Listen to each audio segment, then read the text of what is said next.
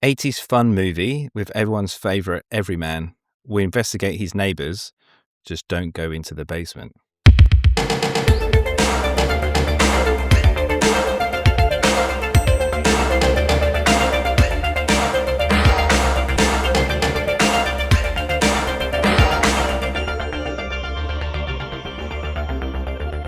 Here we are back in the bar for episode 12, going through Kev's 100 favourite films of all time, comparing them to season 1, my 100 favourite films, to see which ones will come out on top.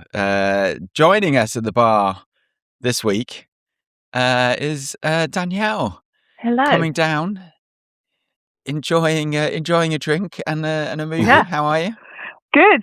Yeah, really good. I'm excited to be here to discuss. Yeah, I mean, we've got the beautiful sea just over the horizon. Yeah. We've got a bar full of drinks.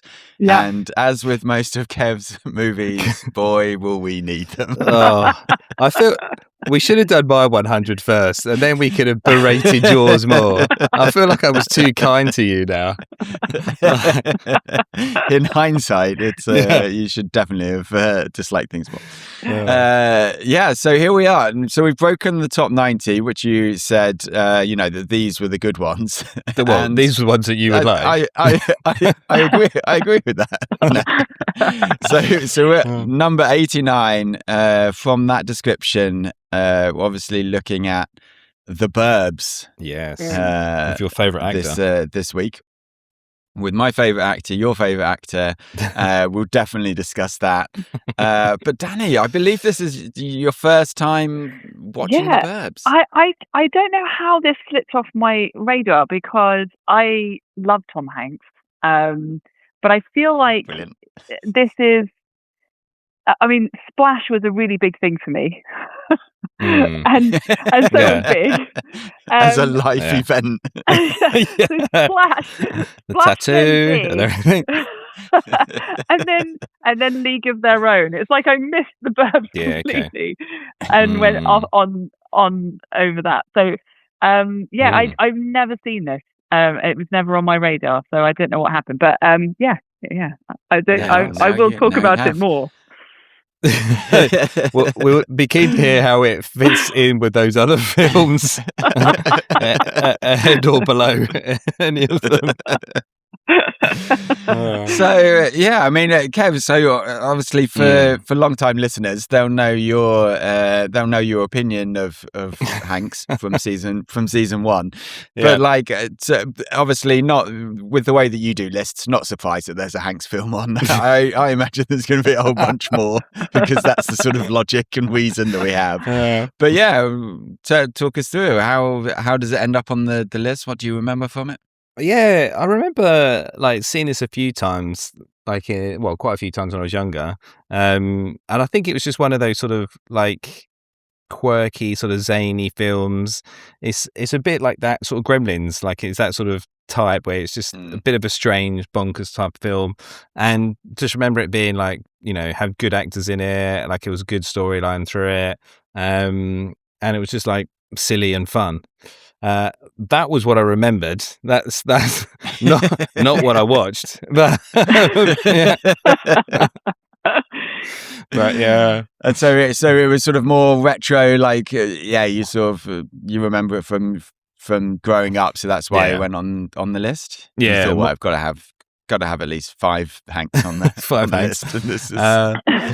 yeah, exactly. Start off with the least best and move upwards. Definitely nostalgia. That was it, and which I'm sure we'll get into. Sometimes it's best to leave those things alone and not delve deeper. But I mean, it had a good casting as well, right?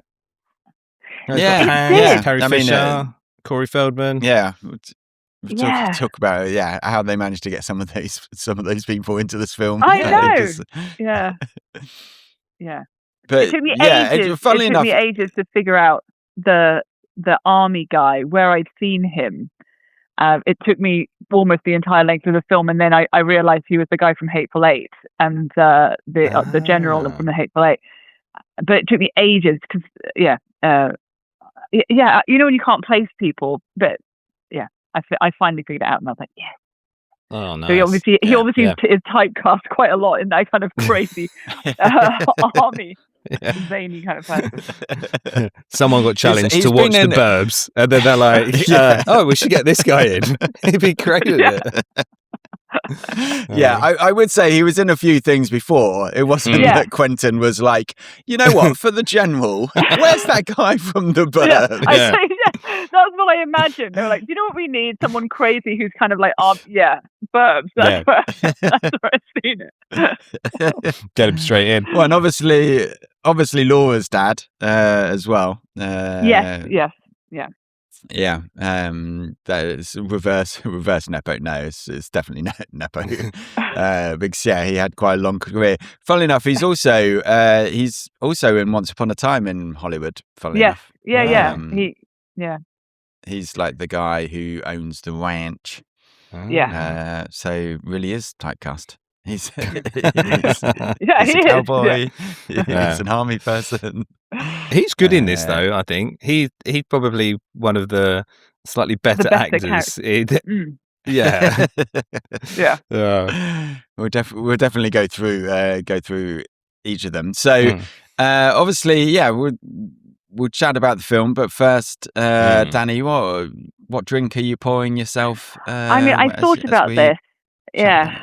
I think it's like kind of keeping in time with the movie. I feel like just a cold beer in one of those like foam jackets that keeps it cold. Yeah. As if you're at a barbecue in the Burbs. Yeah, exactly. Exactly. Yeah. Perfect. What about you, Andy? I went for a dark and stormy. Okay. You know, I can only use it once a season. You've already used yours, but it's a very dark movie, like light-wise as well as everything else. So I thought you kind of, I don't know, I felt like I needed a drink with like bits in it. And it was just like, it looked horrible, but somehow tastes okay. It was palatable. But I went for a dark and stormy anyway. So, and what about you? Well, I went for something called Witch's Brew, which is nice. Neon green. It's a melon liqueur. I couldn't sound more disgusting. Tequila, pineapple, and then you have a bit of dry ice over the top that makes it like a cauldron. Oh. So there you go. Nice. Nice. Very gothic. Very in fitting. Yes. Nice. Well, we'll all pour ourselves the drink then. Dani, obviously you'll have yours with in your shorts and your hat with my slice of pizza. You had a barbecue. Yeah. The barbecue never got fixed. I was waiting for that. I was thinking more Corey Feldman's party where he was like ordering pizzas, and beers and stuff. Yeah. Yes. Yeah. You're with the young kids. I'm with Ricky. I'm with Ricky. The crazy old men. Yeah. Yeah. I was definitely watching from afar and laughing. Yeah. Let's not picture who we might be, Andy. We'll just move on from that bit. We'll go through that. That'll be the fun connection that we make. Who are you in the Burbs? I've never seen that as an online quiz. Strange that. Which character do you most resemble in the Burbs? Nice. Wow. Let's get it. Yeah, I mean, one word reaction. Yeah. I mean, almost dark and not stormy, but it's just bizarre. Yeah, isn't it? It's just all over the shop. Yeah. I just don't really know what it's trying to be. So it wasn't how you remembered it, Kev. Not as well put together as I remembered. It's fun, isn't it, when you're younger, how little attention you clearly pay to these things. You're like, or we've just got so used to like good quality now. I don't know, but it's a bit of a strange film, isn't it? There's like little bits of it that are good. Some of the bits are really good, but it just doesn't pull together at all. It's all over the place, and like the whole "are they, aren't they? You know, are they murderers or not murderers?" They just don't really do anything. You don't really get any sense that they are. I'm like, what? Like when they're talking about the dustbin bag and they put that in the bin, he just naturally carries it, puts it in, and then prods it in with a broom. There's no way that's going to be a body, is there? I mean, it just seems so strange. And they're like, well, definitely killed some people. So I think they could have done better on that. And then, yeah, it maybe would have been a bit better. But it's, I guess it's that sort of, they're trying to build up the paranoia, and especially as Tom Hanks is off for the week, he's just trying to have a relaxing week, and then it's like, well, no, you're in the Burbs, we're all here. It's a bit like Friends, isn't it? No one's going to work, they're all there all the time. Yeah. So yeah, it was very random, very bizarre. For the first time watched, Dani. Whoa. I mean, my word was going to be funny, because I mean that in that I mean it was kind of like, it was amusing, but it was also just a bit weird. Just like you said, there was no kind of backstory to why Tom Hanks was so stressed. I mean, he was just a week off work, but what did he do? I don't know. And then Carrie Fisher's character was, there was no depth to it. Like, and I didn't kind of believe them as a couple. I actually believed the general and his wife more as a couple than Tom Hanks and Carrie Fisher. And then I also didn't get, his best mate. Like I didn't, you kind of know that his wife's away, but you don't really know why, and you never see her. And why is he so annoying? I don't know. There's no depth to the son at all, other than the fact that he talks about the digging. Like, I don't know. There's just no, it just kind of skims over everything. It's weird. It is bizarre, isn't it? And they don't really go anywhere. Like, it's bizarre. Like, you've got an hour and 40 to play with, and you're like, I feel like I've watched a film, but have I? I'm like, I don't know what actually happened. The time both flies and also drags at the same time. You're like, well, that film seems to have gone by really quickly, but also, what have I just been doing for the last hour? What has happened? Yeah. I mean, it's funny. It's not the best Tom Hanks film. It's not the best Tom Hanks film from the 80s. It's not the best Tom Hanks film from 1989, when also Turner and Hooch came out. So I did think about Turner and Hooch. I hadn't seen that enough though to remember it. I couldn't remember, and then get a bit mixed up with K9 as well. So I was like, oh, am I thinking of that film or this film? So you never know, but. I mean, on paper, it sounded great. It just didn't work. Considering it was the Gremlins director as well, like you would have. Yeah. I mean, I haven't watched Gremlins for a really long time, so maybe if I watched Gremlins, I'd be like, "What?" We both watched it at Christmas. It doesn't hold up. Yeah, it will ruin. It's just going to ruin your childhood. Like, why was nothing good? I thought this was so great, and it's terrible now. Now I need to watch. I need to watch Moonwalker, like the Michael Jackson film, just to make sure. Oh yeah. No, that still is amazing. That's still fine. Okay. He literally turns into a spaceship. Amazing. Yeah, it was odd. I think my best bit was the bit with when they actually go over there and have some drinks. I think that was okay. Anything else seemed a little bit kind of surplus. So I could have just kept it really short. It could have been a short.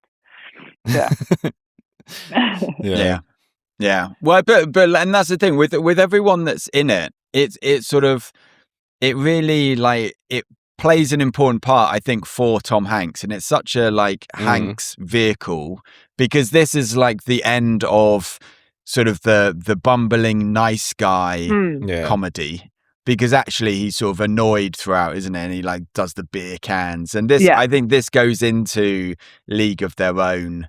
Really sort of that then this isn't just him, where it's funny because he's a nice guy.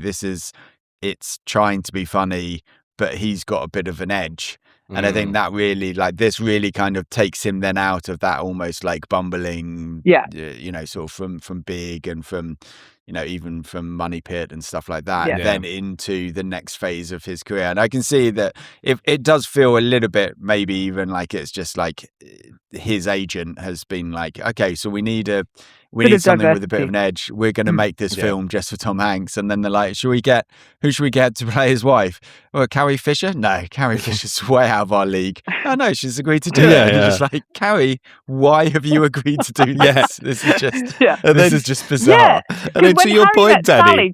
No. She must have I can't remember what year when Harry Met Sally came out, but it was almost like she just went from set from that set to this. Came straight over. No. Yeah. There's a really weird story about the fact that she wore a wig, but the wig was exactly the same as her hair. And I don't know why that can't be real. But apparently she used to take the wig off, and people didn't know. But like no one explains then why she was wearing the wig. Like everyone's just like, oh, apparently she just did that. And you're like, I feel like that's been made up just to make some kind of interesting fact about this film. Like, why would she do that? That's bonkers. Yeah, it is a bit of a strange one. It's weird because they have got such a good cast. It's to your point as well, like Dani. Obviously, they must have just thought, as you're saying, Andy, oh, we can get Carrie Fisher. And then when they did the first scene with Tom and Carrie, and they're like, this isn't great, is it? But it's Tom Hanks and Carrie Fisher, so yeah. Bizarre. I mean, there was also a writer's strike, which I think maybe explains a lot, right? So there wasn't other. Apparently, that would make a lot of sense. There was this, and there was one other film that was filming at the same time. I forget which one it was, and again, it's not a very good film. But once they'd kind of got it together, they couldn't do any rewrites. They apparently had to improvise quite a lot, and you kind of it kind of shows that. You can definitely see that. There wasn't really any, because you could have, this is probably the least convincing of Tom Hanks's roles, in terms of even when he was doing Splash. Let's go back to when he was dating a mermaid. The acting's on Daryl. When he was dating a mermaid, it was really convincing. Yeah. So, but maybe I have to rewatch that, because maybe that's just John Candy that made that movie and not any of the other people. I don't know. So I need to go back. But yeah, it was just a bit kind of random. Yeah, I went in and sort of did the Hanks deep dive, obviously, which I feel like we've done more than any other actor. I'm just putting it out there. Season 3 is just the Tom Hanks season. We go through all of his movies. But yeah, this sort of gets him into then that sort of serious, more serious role. Was quite soon after this, right? Not too far. Yeah, well, yeah, he kind of he goes from this, and then it's kind of not You've Got Mail. What's the other one? Sleepless in Seattle. Yeah. And League of Their Own. Obviously, we sort of skip over Bonfire of the Vanities, which was a mess. But then, I think because of those, then he gets into Philadelphia and Forrest Gump and Apollo 13 and Saviour Hanks, which is the Hanks that Kev hates in particular. Yeah, I like cute Hanks. And I would take cute Hanks up to Sleepless in Seattle. Maybe even League of Their Own. I can't remember which comes first. But League of Their Own, Sleepless in Seattle. And then Saviour Hanks is my least favourite. Yeah, there you go. See, Andy. It isn't just me. There are other people. You've agreed. Yeah. I watched, because then I was thinking, I'm still thinking when are we going to get action Hanks? When is, Liam... Liam needs to give him a call. Liam and Denzel need to be like, come on, we can do our own version of Expendables here. I don't think you could because I watched. What? Well, I watched Road to Perdition. Yeah, and it is awful. Like, was there ever a less convincing gangster than Tom Hanks in Road to Perdition? He just doesn't. He just doesn't seem menacing at all. Even though he's a killer. So, what about? But then I was thinking, what was the last good? Well, that's prime Saviour. So much so that Kev's never even watched it.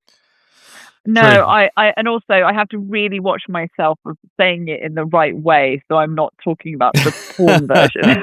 Because it's a very different movie. But No. So when we do your top 100, we're going to be like, oh, wait, actually, why is it in there twice? I don't get it. Oh no, yeah, I know. I like two different ones. Why is one in the top 20 and the other one's 87? But then I was looking through the filmography, just thinking, when was his last good film? Hanks. And yeah, are you going to say Sully? Yeah, I feel like. Did you like Sully? I haven't seen it. Like Sully. Yeah. Yeah. What were you going to say? Almost Catch Me If You Can. Yeah, which was 2012. When was Castaway? Before that? That was before. That was 2000. Yeah. Okay. Yeah, Catch Me If You Can is quite good. Yeah. But then is it Leo that makes that good? Well, I think he's quite good. I do think Hanks is quite good in that, because I think he's like the foil, especially like when he almost catches him and then he realizes that he's just been sort of duped in the hotel room and stuff. I do think he's good in that. But obviously, I was never into the like Dante ones. No. Yeah. I mean, the last thing I saw him in was Elvis, which I literally saw the other day. And I was like, I mean, yeah, it's another one of those movies where I'm like, no. But yeah, I mean, he was really good in that. It's not like his crowning moment. I feel like he's coming into the third stage now, where we've come out of Saviour Hanks, thank be for the rest of us, and he's going into sort of like old man Hanks, and I think he's doing all right in sort of old man grumpy Hanks. Like he was in something that I saw, I think last year or the year before, and he seemed all right in that, and he was just like a grumpy old man. I was like, yeah, it's perfect. This is what I expect from Hanks now. A Man Called Otto. Man Called Otto. Yeah, that was it. Yeah, he's okay in that. Yeah, it's okay. Yeah, the original is better. I don't want to be one of those people, but the original is. You don't have to say that, Andy. We know. we know I am one of those. So, people. what's Lady Killer's Hanks? Where does that stand then? So I would put it in. I think sort of with Saviour Hanks, you then almost get like impersonation Hanks, where he's just like the guy has got so many levels to him. Yeah, well, because that's when like he's in The Terminal and he's playing that real guy, like Lady Killers, and then sort of into. I've never seen Charlie Wilson's War, and I don't know whether he's good in that. I've never seen that is very mixed reviews, but again, I think Philip Seymour Hoffman apparently makes that movie. But I mean, obviously he's got all of the cartoons and stuff as well, with Toy Story and Polar Express and Toy Story. Those ones. That's a good point. And I really, really wanted Cloud Atlas to be good, but I didn't think it was. It's not. Yeah. No. I mean, talking of typecast actors, obviously the poodle is actually the same poodle in Silence of the Lambs, and so he's been typecast quite well. Yeah, that is a range, isn't it? That dog has rage.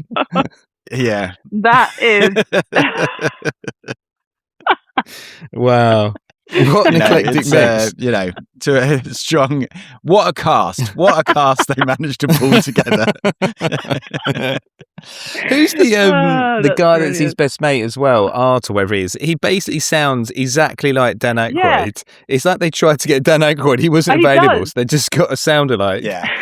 He's like almost identical to Dan Aykroyd. So Dan Aykroyd definitely had his career, right? He's like, this guy's not lasting. I'm going to be having your career.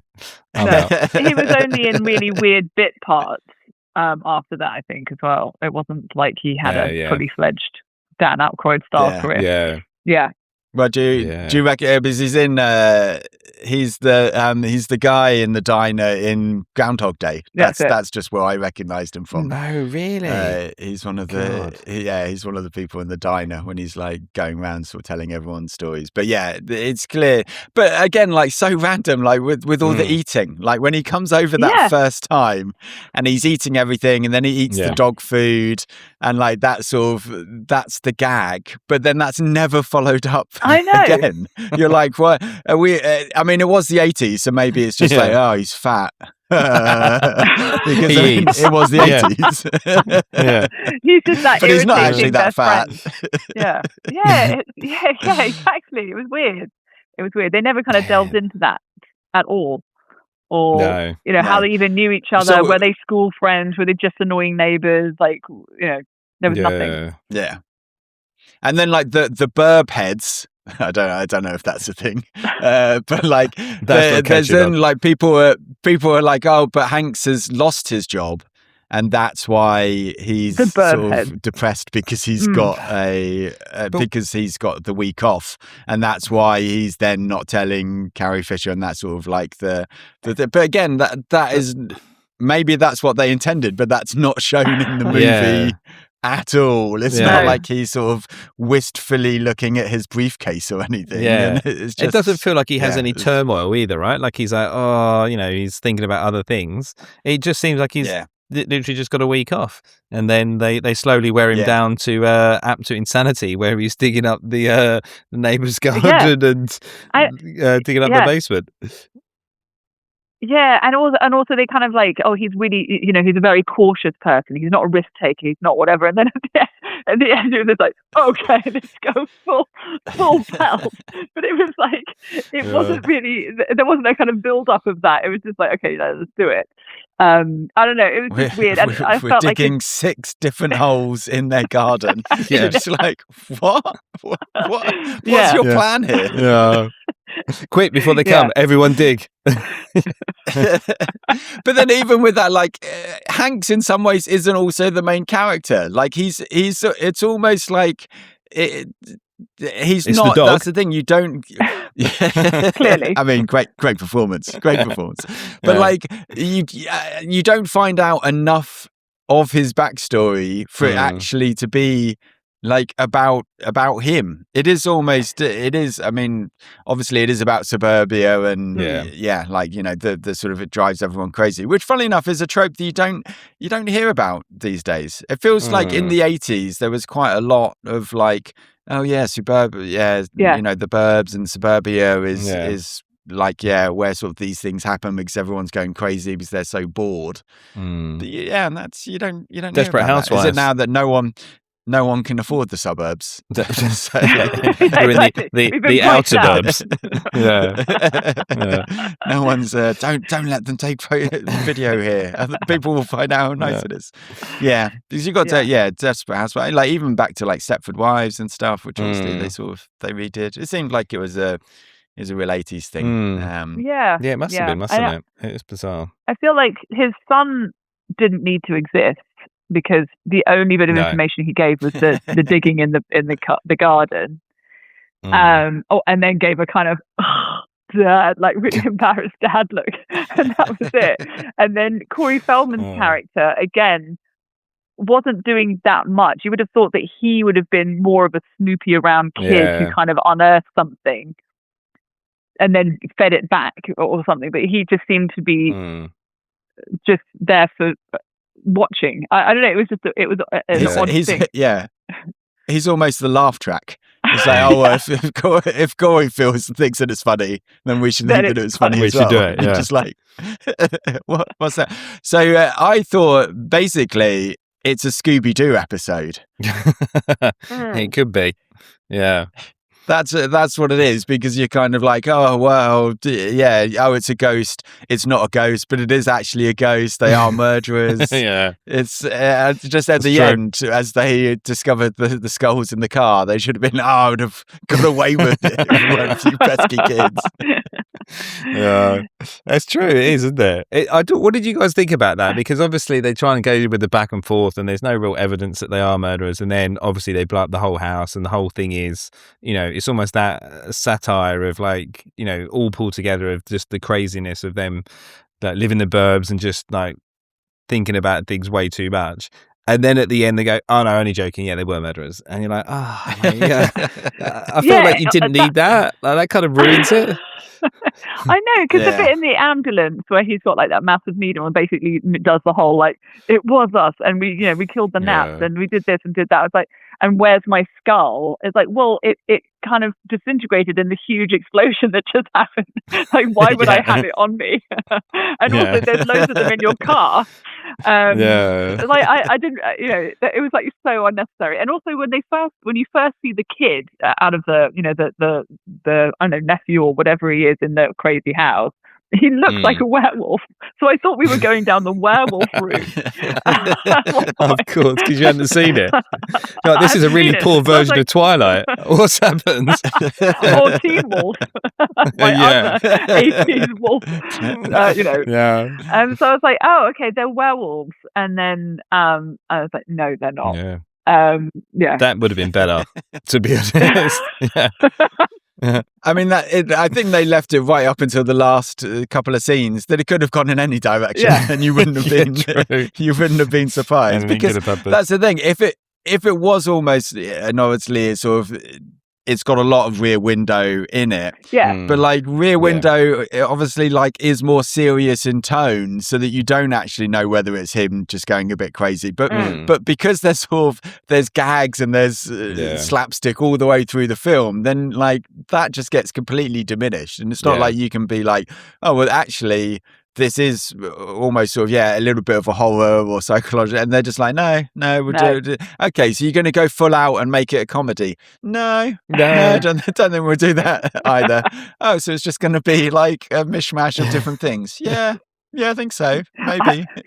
In my notes I wrote, and this was quite early on, I wrote half horror, half spaghetti western, because there was a bit at the beginning where it was like very kind of Good, the Bad and Ugly music, and they were kind of like focusing in on everybody's eyes, and then the dog eyes. I was like, I don't know where this is going to go. I feel like, I kind of was getting the Rear Window vibe, but then there was like these kind of like westerny bits, and then I was like, okay, and then the werewolf thing. I was like, what is happening? Anything could happen. Yeah. I can't wait to go down the bar and meet Kev, because what is this guy all about? If There's this so is many his things in this 89th favourite film. I mean, in my notes, I had that it was half comedy, half horror, half product placement. So there's so much product placement in this, where they're like, so it gets like Wayne's World. This makes me all feel better.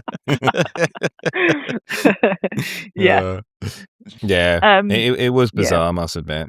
Yeah. When you've seen it before, Andy, what did you think? Did you think it was as bad as you remember? No, well, because it was always kind of one of those ones that was on TV, and you'd be like, what on earth is this? And then Tom Hanks would pop up. You'd be like, oh, Jesus, like, what? Why is he in this film? Whereas, like, watching it this time, you're a bit like, well, this is a Tom Hanks film. Yeah. And so then you're like, so you either like, this is a weird film, and then Tom Hanks pops up to give it some credibility. But if you switch that and you're like, oh, Hanks is in here, it's a credible film, and then you have the film, you're like, oh no, that film just doesn't fit. That's a longer way to drop. Yeah. It's even like why do they go to like, oh, they're doing satanic rituals? You're like, there's just again, there's no link to that, and then all of a sudden they're reading a book on Satan. You're like, but they haven't done any rituals, they've just been digging. That was. And where did the book come from? Who had the book? Who has the book? Who has the book? I was reading up about that because it did seem really strange, and they were saying it was such a big thing in the 80s that people were sort of paranoid that there were these satanic cults and people were just getting killed in their panic. In their backyards, and they're just like, Jesus, people really did have too much time on their hands, didn't they? Like, God Almighty! Like, well, it used to be Satan, and now it's just the immigrants that are killing in their backyards. It's I'm not sure which one's better for the people to be afraid of. But it's funny because when I was going through the filmography, I saw just obviously before this he does Big, but before that he's in Dragnet. And I wondered like how much Dragnet would stand up nowadays. So I remember that being quite funny. But then also I remember at the end, for that it's a satanic ritual, isn't it? And that's why they've kidnapped the Virgin, whatever her name is, who they always call her the Virgin, whatever her name is. So then I was like, that's the thing. I was like, were there lots of what happened in the 80s? Satanic rituals? Satanic people? Like, what was going on? Yeah, it's bizarre, isn't it? Yeah, it is strange. I definitely remember, in my mind, I remember this being a much better film than it is. It definitely doesn't seem to hold together at all. And yeah, I mean, there were obviously some better Hanks films that could have gone on the list as well. So it was yeah, bit of a strange one, but I'm looking forward to the scores because I feel like I've done you a favour here, Andy, knowing what it's up against. I've helped you out massively. Well, we can go into my scores, which Dani, please verify these. Contribute. Yeah, you can argue, or you can take my side. We should just point out, what was it so obviously one of the categories is level of romance, and when we did Jurassic Park, won't let this go. Andy gave it 92 or something. Romance? Was that between the two raptors? I mean, Jurassic Park is all about Laura Dern. Funnily enough, here's the connection. Yeah. Getting together with the other scientist who doesn't want kids, doesn't want to get married, but because of Jurassic Park, then they get together in the helicopter at the end. It's a romance set in a park that just happens to have dinosaurs. Wasn't she with Sam Neill? Yeah. Sam Neill. Yeah. Watch I don't that remember film. the romantic part of that movie. I'm sorry. No one does. Basically, no one. No one does. The poster said Jurassic Park, the rom-com with dinosaurs. Yeah. So yes. So after that, we need to get some adjudicators in to verify Andy's scoring system. So yeah, okay. It'll be fine. They don't have to make sense according to you. So So first watch. I went with 12. Yeah. Oh, okay. You were doing first watch when you first saw it, right? Yeah. Because I do remember. Again, I do remember it sort of being on TV. I feel like there was probably 9 scenes cut out from the TV version. I don't think you see the general's wife at all on the TV version. I do remember. Yeah, very low. Wow. Okay. Yeah, you see what I've got to deal with. I mean, it's impossible. You say romance. You know the film 4,000. You know. Yeah, you know the film Once, Dani, don't you? About the Irish singers. Oh yeah. Yeah. What would you say first watch of that would be out of 100? I'm scared. I don't know. Don't fall into his trap. Kev gave it 8. So just so you know. Yeah, it's a terrible film. I'll never want to see it again. You guys are in very different planes of watching. Yeah.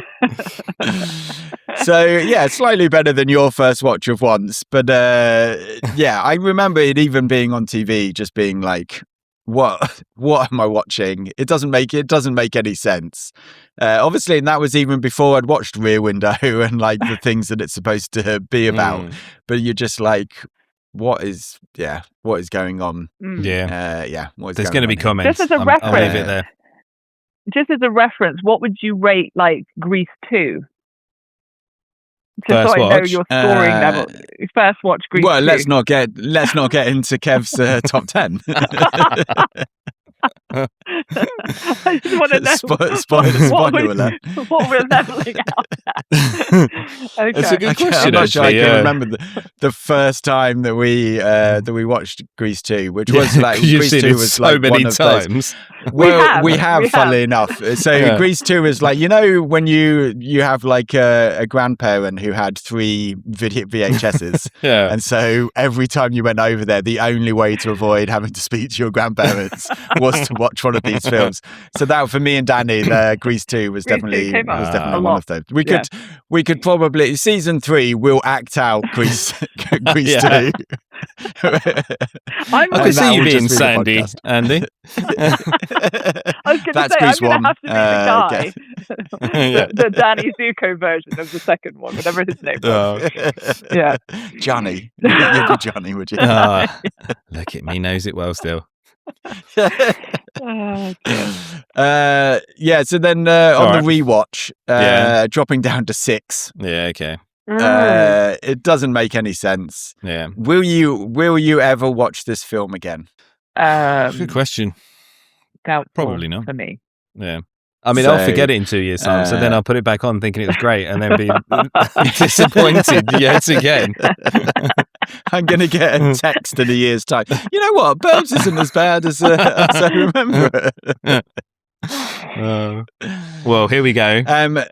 Dinosaur romance. Yeah. So obviously we do have a little bit of the precursor that in the 80s, romance basically equals sex. Because there's no romance in the 80s. But I still just gave it 2. Because it also feels very... It feels very like 60s, where it's like the wives are just people to be avoided at all costs. And like the wives are getting in the way. What about the bromance? Yeah, and they're just... Yeah, what about... great bromance. Yeah, exactly. Bromance, but what about the guy with his dog? But it's yeah, the guy and his dog. I don't think that's romantic, love. I would hope not. Maybe that's why the dog ended up with the guy from Silence of the Lambs. Come on, he ran away, and Buffalo Bill was a better carer. Yeah, the bromance, just unlimited supplies of lotion. But even the bromance is just weird. Like, so with the general, are they friends beforehand? Because they don't seem to be friends beforehand, but then even then they're like when they go into the den and he brings out the toupee, they're like, so your wife's got your balls and like grow a pair and stuff. They don't seem very friendly. He doesn't seem to like the poor man's Dan Aykroyd. Hanks doesn't seem to actually like him all that much. He goes and smokes cigars with him at the end of every day. It's just the 80s banter. I think you forgot what the 80s was like. There was no banter. Yeah, because then poor man's Dan Aykroyd tells Corey Feldman, he comes over here to smoke cigars. Like he's sort of dobbing him in because he wants to be cool with Corey. Corey's not having it. He doesn't. He doesn't. He knows that he's not cool. No. It was going to be 0, but Tom and Carrie do walk off at the end of the film. They do have a kiss. That takes it back up to 2. I think that's for you. That's shocking. I think you with your, your heart has been getting smaller as these films go on. I mean, maybe it's your list is doing something. You're becoming the Grinch. I feel like your list is influencing me, but maybe my list influenced you as well, and that's why all these films that you love. Picked so many bad films. This is rubbish. Just your bar has risen. That's all we need to say. So action. So action. I went with 38. There is a double explosion. Yeah. There's quite a lot of stunts. So I was like, I guess that kind of counts as action. But there are stunts. There is sort of like Pratt falls over fences and stuff. He falls into the shed.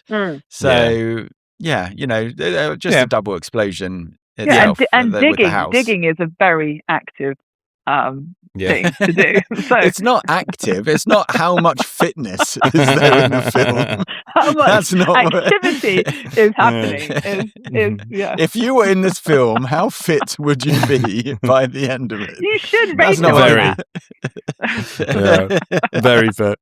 That would I think a lot of the low scoring action movies would also score lowly for that. And then soundtrack, I went with 10.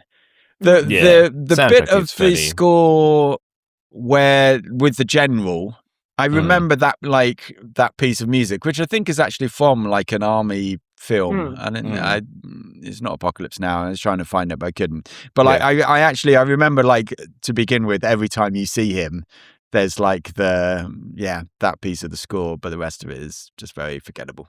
No, I think that's probably fair. It's not a very well-known score, I would say. Yeah. Best lines in. There are actually some good lines in this, I think. And I think, especially to your point, Dani, the scene when they're all in the, when they go and visit them, and then they're handing out like the snacks, the sardines, sardines with the pretzel. Yeah, so gross. Yeah. I thought that was, and I actually thought it was really funny that they were like, we lit some candles for some romance for the ladies, and there was literally like 100 on the table. I think that was my highlight.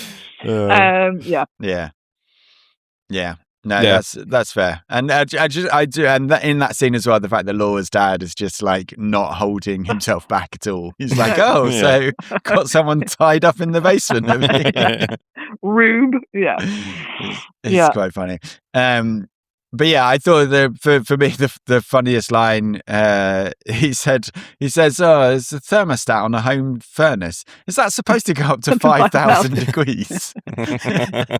And I thought that was just quite funny. The fact that he's actually asking on the thermostat, "Can you go up to 5,000 degrees?" No, I don't think you're supposed to go up that high.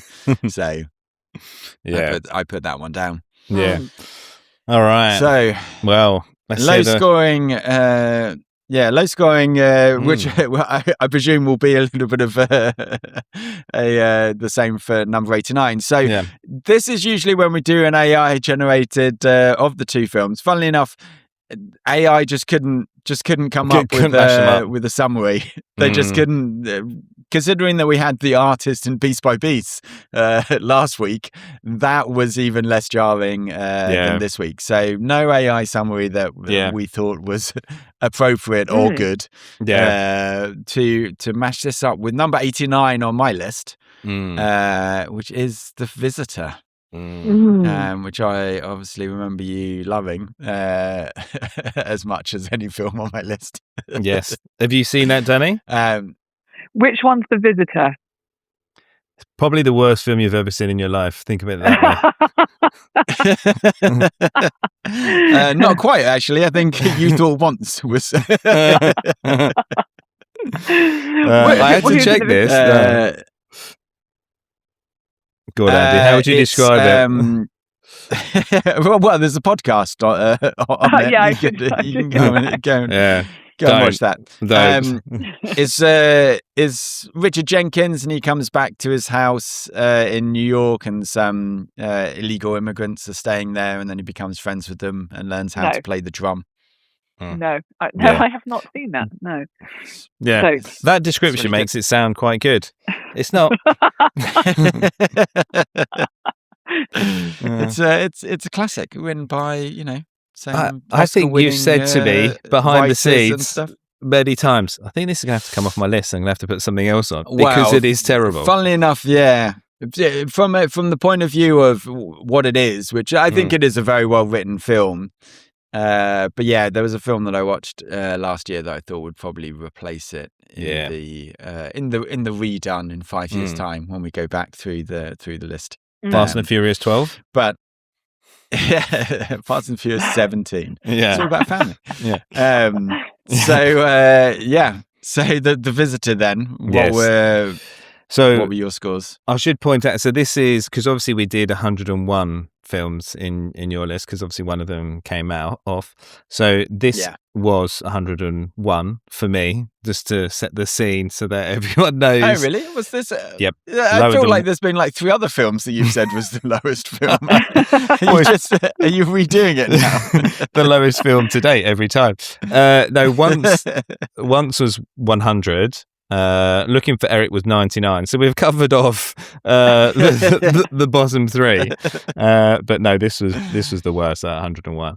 So yes, so for first watch, obviously when I first watched it, I gave it 5 because it's horrifically terrible. Rewatchability. It just makes you want to watch it, doesn't it, Dani? That's the thing. When you're getting scored this low, it just makes you think, "Wow, I just really want to watch this film just really, to see how bad it is." You're almost selling it in more because of how bad it is. It's weird, isn't it? Because when we think about it, like obviously lots and lots of detail has gone into both of our lists, obviously. Definitely. Some more than others. But like last week we had Piece by Piece versus The Artist, which was, Piece by Piece is one of the most colourful films, that you're going to see. And then The art is obviously, in black and white. So that was a perfect mashup. And then this week we've got probably two of the worst films on our list. So it's another perfect mashup. AI was like, just no. Yeah, I'm out. I'm out. Yeah. Sorry. I've got other stuff to do. I refuse to do this. This is literally destroying the water supply and burning down a forest. Yeah. I refuse to do it. It's become sentient.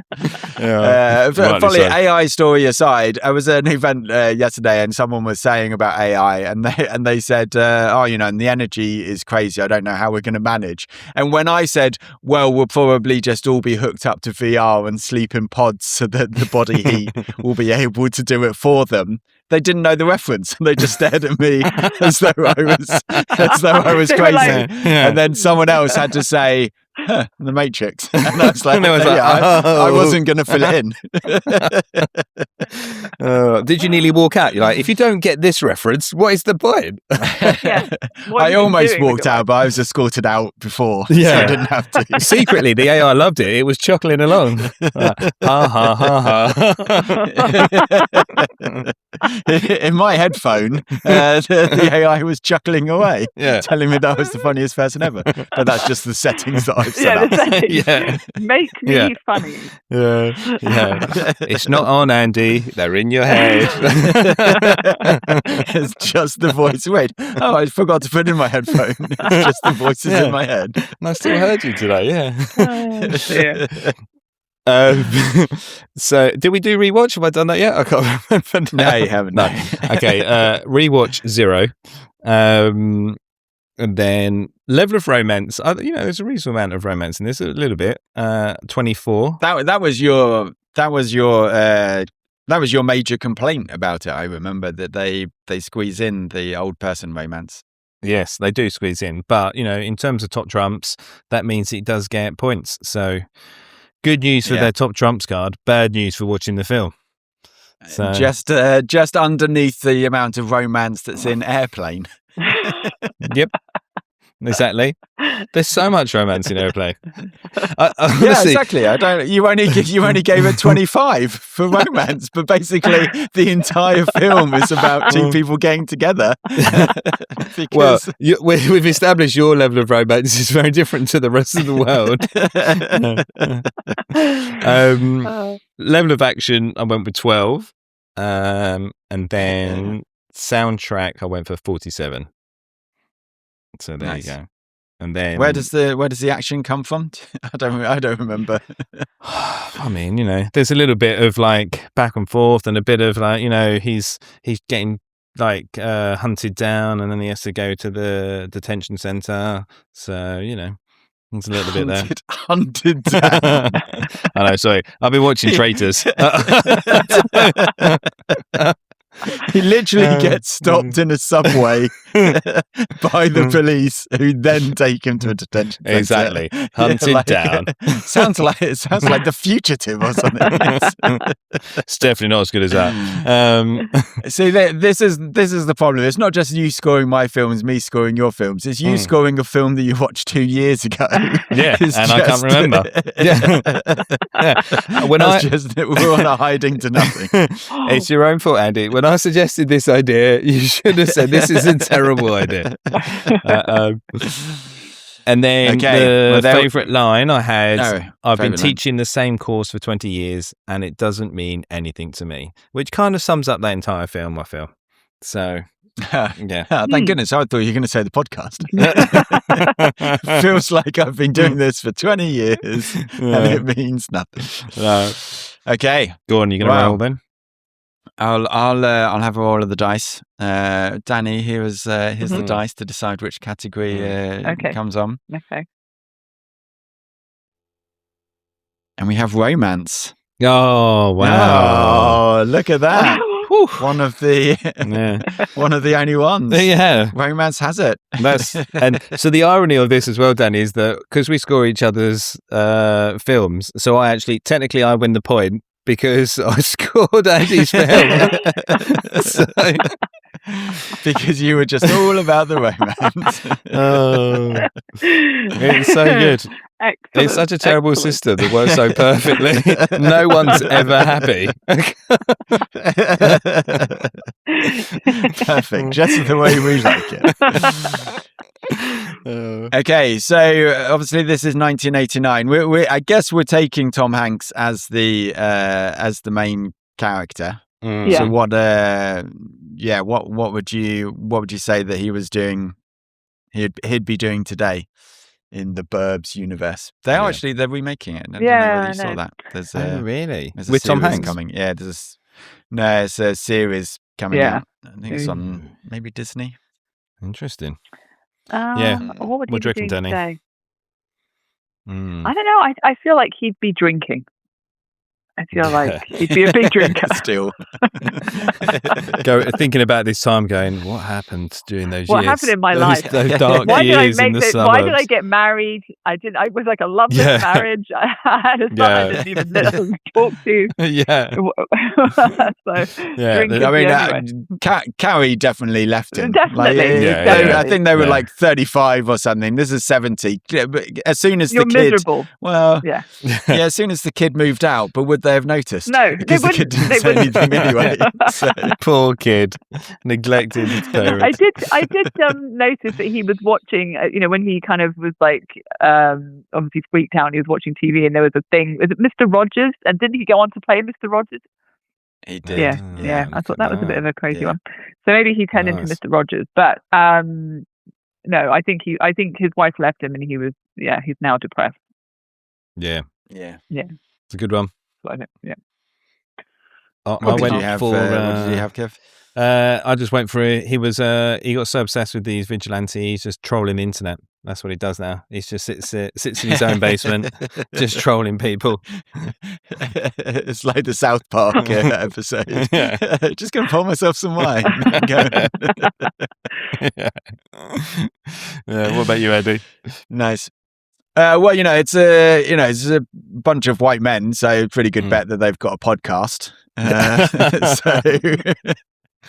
Like a true crime podcast that they now research and record, or they're going around talking about the best suburbs in America, and they visit the suburbs.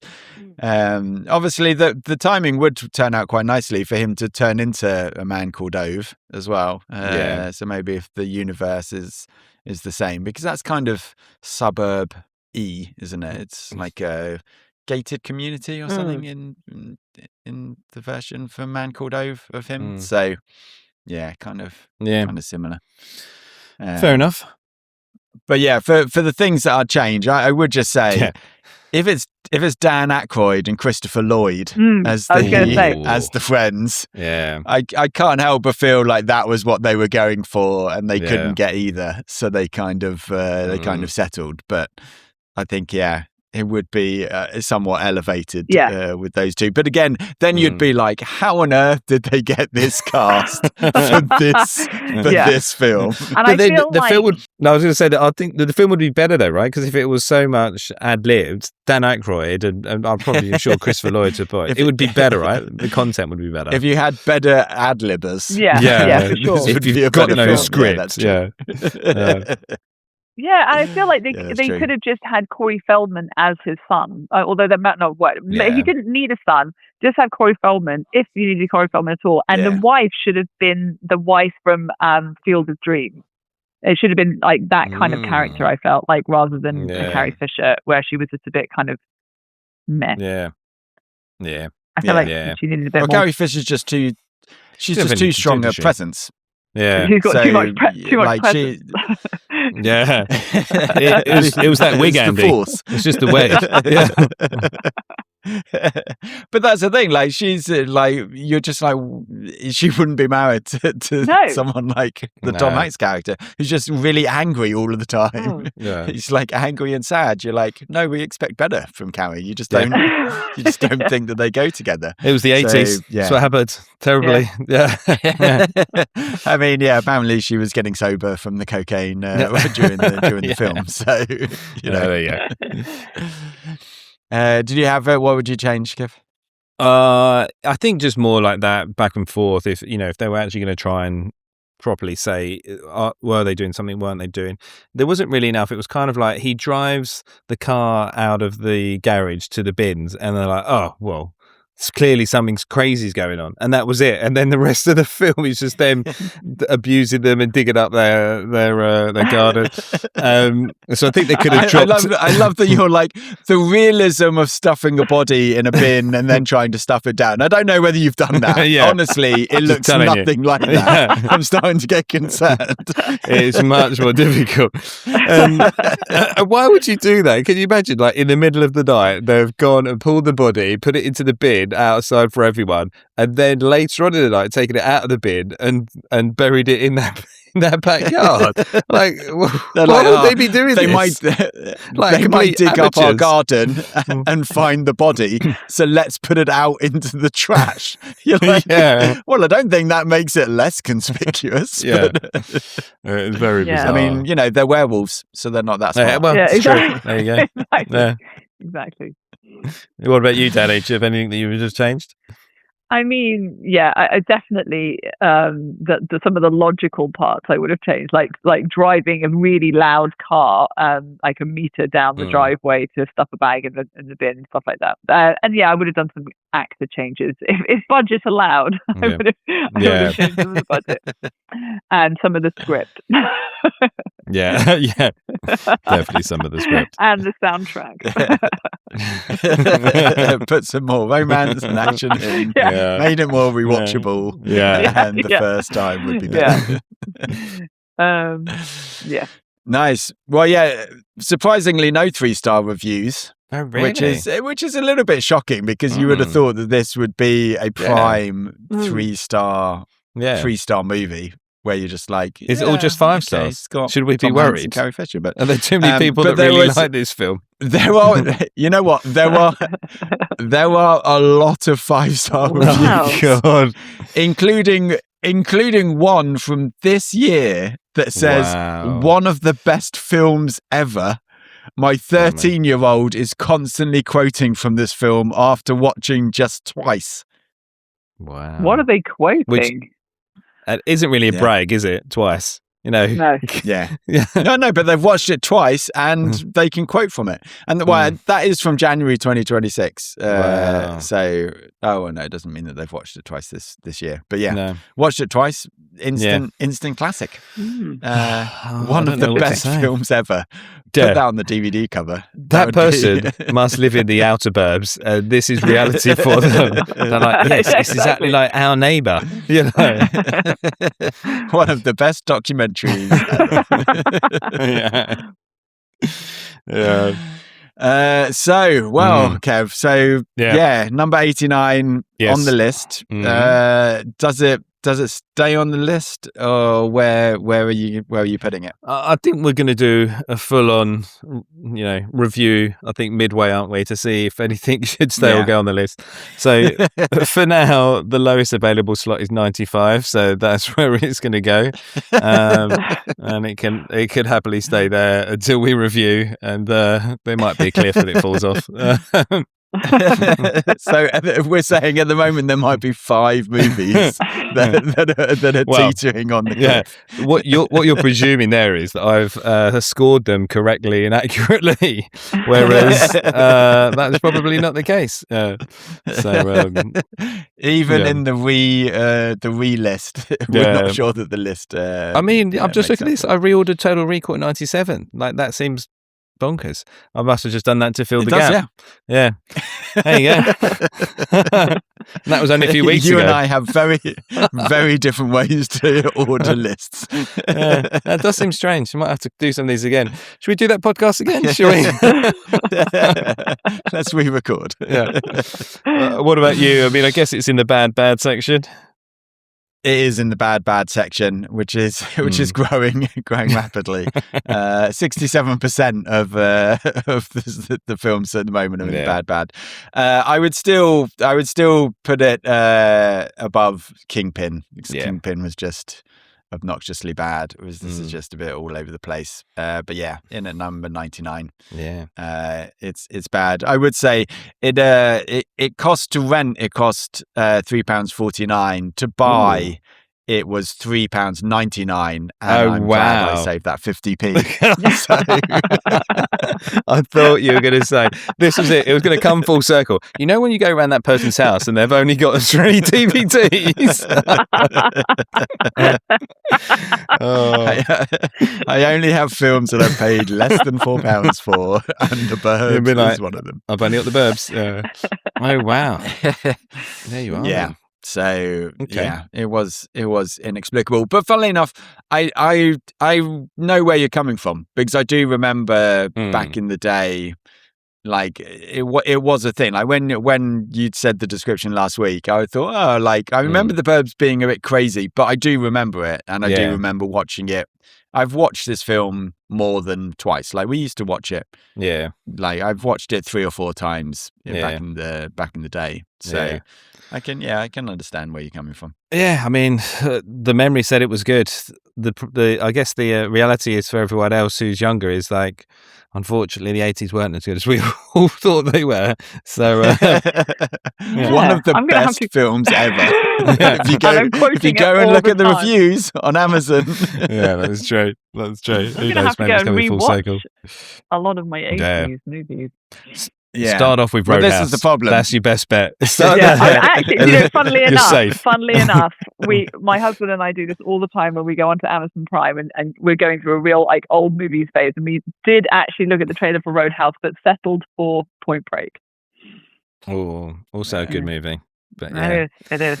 Bad movie. I will do Dirty Dancing, and you'll have the triumph. The trifecta. Swayze. Yeah. I'm going to ignore Ghost. I don't know if Ghost is appearing on your list, but I'm going to ignore that.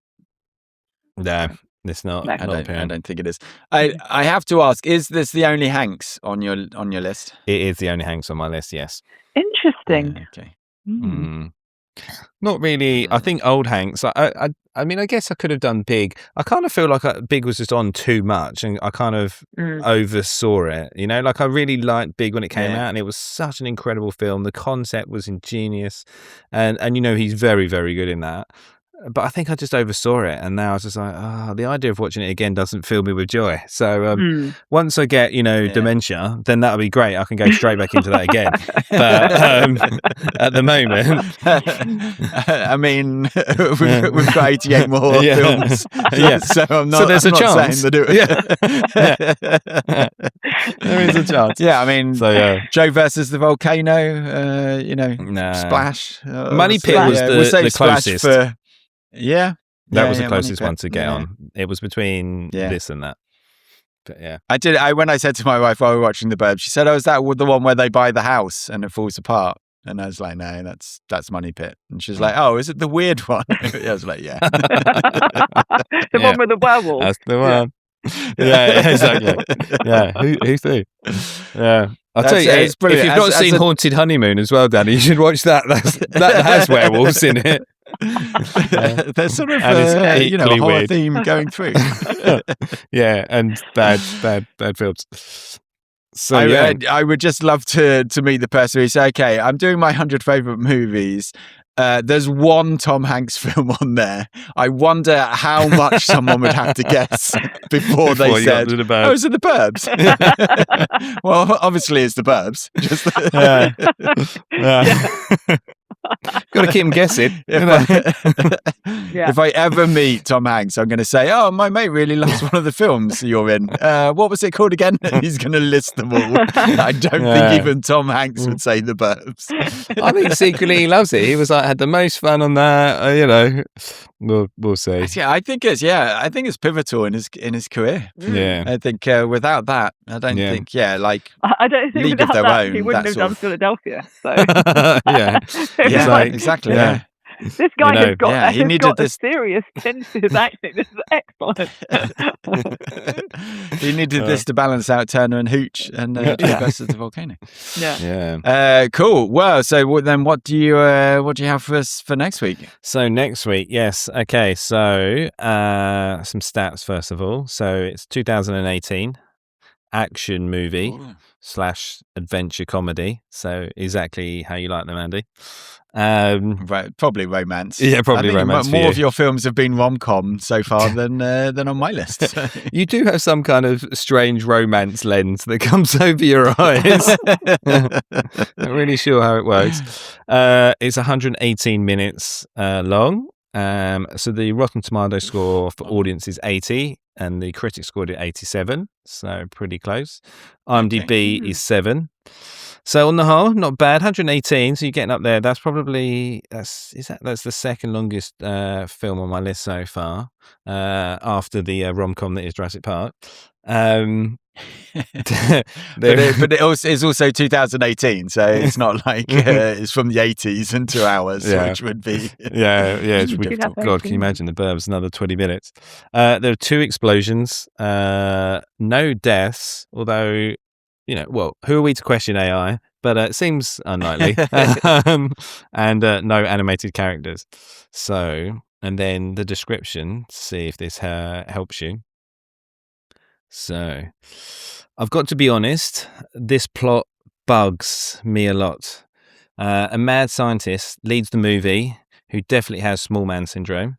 But why did he involve his daughter? And where did he get that highly trained 6-legged logistics crew? So there you go. Dani, can you name that? Yeah. I was going to say, Honey, I Shrunk the Kids. That's it. Honey, I Shrunk the Kids, but they couldn't be 2018. No, but you're in the right. That's a remake. Right idea. Anthony. Yeah. Mad scientist. Okay. Yeah. It's gonna haunt you. Yeah. Haunt you now. It's going to be an entire week before you find out. Yeah. Well, thanks for coming. Thanks for coming down to the bar, Dani. Yeah, and we're glad that we were able to broaden your film film history now with the Burbs. Yeah. Thanks for that movie. Thanks for wasting 1 hour 43 of my life. We did have this discussion afterwards. I was thinking, maybe we should have rearranged the list and given Dani a better film. No, I enjoyed it. But that will be next year before we get to exactly. I can only do yearly intervals. Yeah. Well, by next year there's some absolute bangers. So get ready. you keep saying that. No, thanks for coming down. Thanks to Tom Miller for the theme song. I think we're gonna pour ourselves another drink and complain about. There's some people over at that table just over there. They look a bit weird, so maybe we'll go over and see what they're doing and whether they're murdering people.